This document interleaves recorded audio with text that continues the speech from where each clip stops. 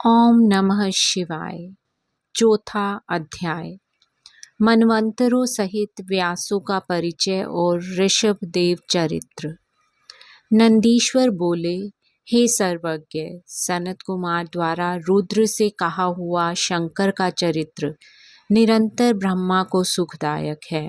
शिवजी बोले, हे ब्रह्म, 7वें मनवंतर में वराह कल्प होगा, जिसमें कल्पेश्वर भगवान प्रकट होकर सब लोगों के प्रकाश रचने वाले होंगे और तुम वैवस्वत मनु के परपोते होगे। उस मनवंतर में 4 युग होंगे और द्वापर के अंत में ब्राह्मणों के हितार्थ मैं उत्पन्न होऊंगा। हे ब्रह्मा, युग की प्रवृत्ति के अनुसार जब द्वापर का प्रथम आरंभ होगा तब उसमें व्यास जी स्वयं प्रभु होंगे और कलयुग के अंत में शिवा युक्त श्वेत नामक महामुनि होऊंगा और हिमालय के छागल में ब्रह्मा जी मेरे शिखा शिष्य होंगे तथा मुझे अव्यय को तत्व से जानकर और भी मेरे बहुत से भक्त होंगे। फिर द्वापर में सत्य नामक प्रजापति होंगे और कलयुग में मैं सुतारी नाम से प्रसिद्ध होऊंगा तथा उस युग में भी बहुत से वेदज्ञ ब्राह्मण मेरे शिष्य होंगे, जैसे दुंदुभि, शतरूप, त्रिशिक और केतु। फिर ये चारों भी ध्यान योग से मेरे पुर को प्राप्त हो जाएंगे। इसी प्रकार जब द्वापर का तीसरा चरण होगा तब भार्गव व्यास होंगे और मेरे पुर के समीप ही वे दमन नाम से प्रसिद्ध होंगे तथा वहाँ मेरे विशोक आदि 4 पुत्र उत्पन्न होंगे। ये व्यास जी के शिष्य होंगे और उस कलयुग में मैं उन्हें दृढ़ निवृत्ति का उपदेश दूंगा।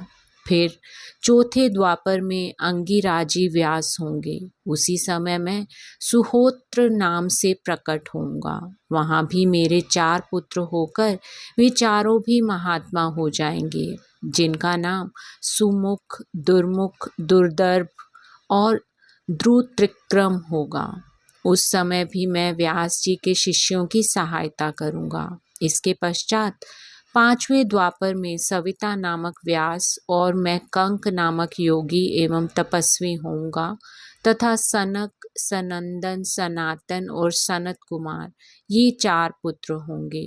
फिर 6वें द्वापर में लोकों के कर्ता तथा वेद विभाग कर्ता मृत्यु नामक व्यास होंगे और मैं लोकाक्षी नामक से व्यास जी की सहायता के अर्थ निवृत्ति मार्ग को प्रश्रय दूंगा। इसी प्रकार जब 9वां द्वापर आएगा तब सारस्वत नाम वाले व्यास जी होंगे और उनके ध्यान से मैं ऋषभ नाम से प्रकट होऊंगा तथा वहाँ भी मेरे पराशर, गर्गय, भार्गव तथा गिरीश यह 4 श्रेष्ठ योगी शिष्य होंगे, जिनके साथ से मैं योग मार्ग को ही दृढ़ करूँगा। इस प्रकार मैं व्यास जी की बहुत सी सहायता करूँगा तथा बहुत से दुखी भक्तों का उद्धार करूँगा। मेरे इस ऋषभ नामक अवतार से संसार का बहुत कल्याण होगा। मेरे उस अवतार में भद्रायुत नामक राजा का पुत्र जो श्वेद दोष से मरेगा और जिसके कारण राजा बड़ा दुखी होगा, उसको ज्ञानोपदेश कर ऋषभ जी संतोष देंगे तथा उसके मृतक पुत्र को जिला देंगे।